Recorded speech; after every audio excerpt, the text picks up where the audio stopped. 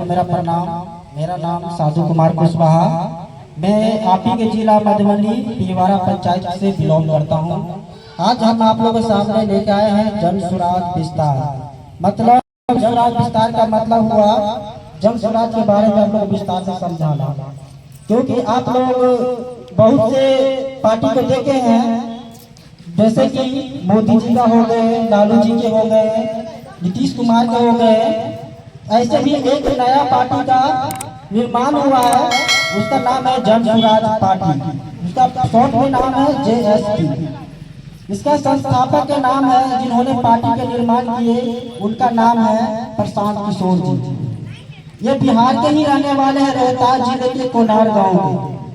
तो हम ज्यादा कुछ नहीं आप लोगों के सामने बात करेंगे, इतना ही बताएंगे कि जन स्वराज को हमारे गांव में, समाज में क्यों आना जरूरी हो गया।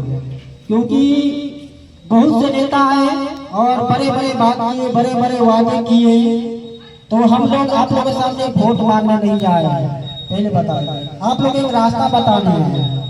अगर आप लोग उस रास्ता ही चलेंगे तो अंत होगा या होगा, लेकिन आपका जो बदहाली जिंदगी अभी जी रहे हैं, गरीबी बदहाली, वो निश्चित तौर पर बदल जाएगा। सिर्फ हम आप लोग रास्ता बताएंगे, 5 मिनट लेंगे, आप लोग 5 मिनट बैठिए और ध्यान से सुनिए। तो ये जन स्वराज का मतलब हुआ जनता का सुंदर राज। जन स्वराज पार्टी का मतलब हुआ जनता का सुंदर राज। आप लोग का राज है, कोई नेता का राज नहीं है। जैसे कि लालू का राज, नीतीश का राज, मोदी का राज, तो ये जन स्वराज का मतलब हुआ जनता का राज, आप लोग का राज है, आप लोग का पार्टी है। किसी जन स्वराज आए तो बोले आपके परिवार को बना देंगे, तो परिवार को बनाए कैसे? तो आप लोग परिवार में 5 चीज की कमी है।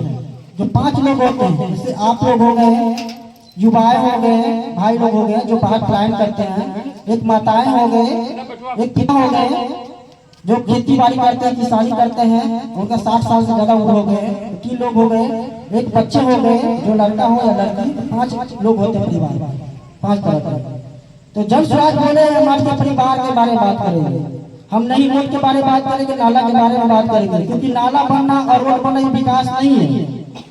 क्योंकि रोड ही बन गया आपके गांव में, नाला बन गया, क्या आपका जीवन बदल सकता है इससे? नहीं। रोड बनने से और नाला बनने से आपका जिंदगी नहीं बदलने वाला है। आपके परिवार में जब रोजी रोजगार होगा तभी आपका जिंदगी बदलेगा। सही है कि नहीं चाची? तो इन्होंने आपके परिवार को बनाने के लिए इन्होंने 5 योजना दी आपके परिवार, 5 योजना। ध्यान से सुनिएगा।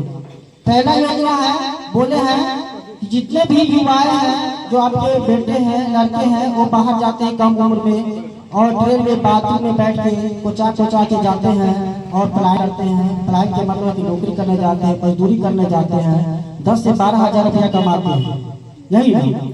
और जाते हैं बाहर कमाने के लिए 10 और 12 हजार रुपया, क्योंकि जाने का भी खर्चा होते हैं और आने का भी किराया लगते हैं। तो प्रशांत जी बोले हैं कि जब जन स्वराज का जब सरकार होगा तो किसी युवा को बाहर जाने की जरूरत नहीं है, क्योंकि उनको अपने गांव में ही, आपके शहर में ही, बिहार में ही 10 से 15 हजार की रोजी रोजगार की गारंटी देंगे। कैसे देंगे रोजी रोजगार? क्योंकि उसको फैक्ट्री लगाना हो या जैसे हो, आपको 10 से 15 हजार की रोजी रोजगार की गारंटी देंगे, गारंटी। दूसरा बोले 10-15 हजार आपके बेटे गांव में ही कमाएंगे, आपके बिहार में ही रहकर कमाएंगे, तो आपको खुशी होगा क्या होगा? आप लोगों को बुआ हलाल करो। तो चाची आपके अगर लड़के बाहर जाते कमाने के लिए, क्योंकि बहुत से त्योहार होते हैं, पबनी होते हैं, वो छोड़ देते हैं, छठ में भी नहीं रहते घर पे। ऐसा होता है कोई आदमी डेथ भी कर जाते हैं, नहीं रहते दुनिया में, उनको भी मुंह देखने का उसको नसीब नहीं रहता है जब बाहर कमाते हैं। अगर वही लड़का आपके ही शहर, आपके बिहार में अगर रोजी रोजगार करता तो सामने में आ सकता था, लेकिन इतना दूर बाहर जाते हैं तो नहीं पाता, क्योंकि 2 दिन का 3 दिन का रास्ता होता है। तो यही पलायन के बारे में बात किए हैं। जन स्वराज की जब जन स्वराज की सरकार होगा तो किसी भी युवा को और आपके बच्चे को आप लड़के को बाहर कमाने जाने जो नहीं, आपके ही शहर बिहार में ही गांव में ही 10 से 15 हजार रोजी रोजगार देंगे और देंगे रोजगार देंगे ही, और आपको 15,000 देंगे या 10,000 देंगे तो पैसा आपके पूरा अकाउंट में बचेगा, उसमें से 1 रुपया आपको खर्चा नहीं होगा। क्योंकि बाहर में कमाते थे 10 या 15,000 का आपका खर्चा हो जाता है जाने का और घर में बच्चे का पढ़ाई का। जब बाहर से आते हैं तो बच्चे का फीस बाकी रहता है, बुजुर्ग माता पिता है उनका दवाई का और चाय का खुराकी का ये सब ये खर्चा देना होता है, बीबी का भी होता है खर्चा, बहुत सारे घर में खर्चा होते हैं, तो उसको बच नहीं पाता पैसा। तो प्रधान जी बोले हैं, जन सुराज बोले हैं तो मेरा सरकार होगा तो जो भी कमाएगा बिहार में रहकर उसको पूरा पैसा सेफ होगा। कैसे सेफ होगा? क्योंकि उन्होंने दूसरा योजना आपके बच्चों के लिए दी है। जो आपके बच्चे में खर्चा करते थे आपके लड़के, बच्चे में पढ़ाई लिखाई में खर्चा होते थे, फिक्स में खर्चा होते थे, ड्रेस पे खर्चा होते थे, दवाई में खर्चा होते थे। तो प्रशांत जी का दूसरा योजना है, पहला तो समझ के प्लान रोक देंगे आपके गाँव में ही रोजगार देंगे। दूसरा योजना उनका है आपके 15 साल तक लड़का हो या लड़की 15 साल तक जब तक रहेगा उनको सरकार की तरफ से मुफ्त में पढ़ाया जाएगा, चाहे दवाई का खर्चा हो, उनके ड्रेस के हो। 15 साल तक जब तक पूरा खर्चा सरकार देंगे 15 साल। तो पढ़ाई का बच्चे चाहे आप उस बच्चे को कोई भी इसमें पढ़ा सकते हैं, जरूरी सरकारी पढ़ाइए, आप प्राइवेट पढ़ाइए, क्योंकि बहुत ऐसे लोग हैं जो अपने बच्चों को प्राइवेट में पढ़ा पाते क्योंकि उसके पास पैसा नहीं है ना। तो उनको आप प्राइवेट में पढ़ाइए, कोई सा भी स्कूल बिहार के कोई सा भी स्कूल आप उनको पढ़ाइए, उनका खर्चा जन सुराज देंगे। तो आपके लड़के का पैसा बच्चा की नहीं बच्चा, पढ़ाई लिखाई में नहीं देना पड़ेगा क्योंकि तो सरकारी दे रहा है। तो बच्चे को जो पैसा इन्वेस्ट करते थे बाहर से कमा के आते थे वो पैसा आपका बच्चा आपके लड़के को।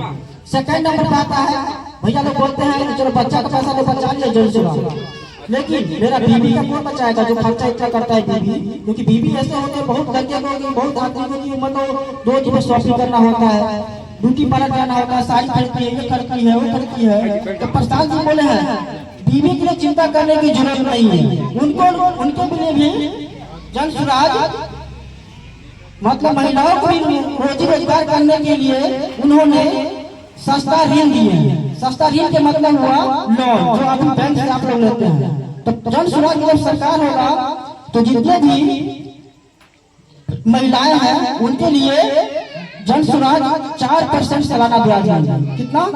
4% सालाना, मतलब हो गए 1 साल में आपको देना होगा 4%। जैसे 1 लाख रुपया आप लिए 1 साल में इसको चुकाइए तो मात्र 4,000 रुपया लगेगा 1 साल में। तो 4% सालाना अगर वो सरकार को दे रहे हैं 4% ब्याज, तो उस पैसे से जितने भी महिलाएं हैं, क्योंकि बहुत सारे महिलाएं हैं जो चाहती हैं, आप चाहते होंगे कि हम कोई अपने दरवाजे पर दुकान खोले, किसी महिला को सिलाई मशीन चलाने आती होगी है ना, तो वो लोग भी चाहते हैं सिलाई मशीन, उसके पास पैसा नहीं कि सिलाई मशीन चल पाएगा।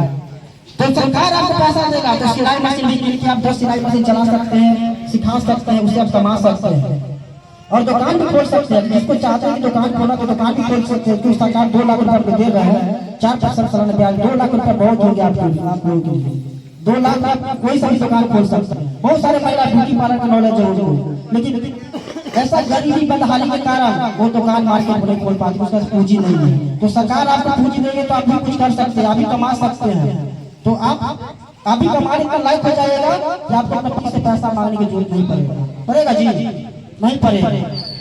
तो महिला भी कुछ कर सकती है, बहुत सारे महिला है चाहते हैं कुछ कर। तो आप लोगों को आधार कार्ड और पैन कार्ड से सरकारी गारंटी पर बैंक से आपको 2 लाख रुपया लोन मिलेगा 4% सालाना, समझे। तो आपको जो लड़के हैं पति है वो कमा रहे हैं तो उनका पैसा बचा, आपको मांगना नहीं पड़ेगा उनसे, उल्टी आपसे ही मांगे क्योंकि उनसे ज्यादा आप कमाएंगे, समझे।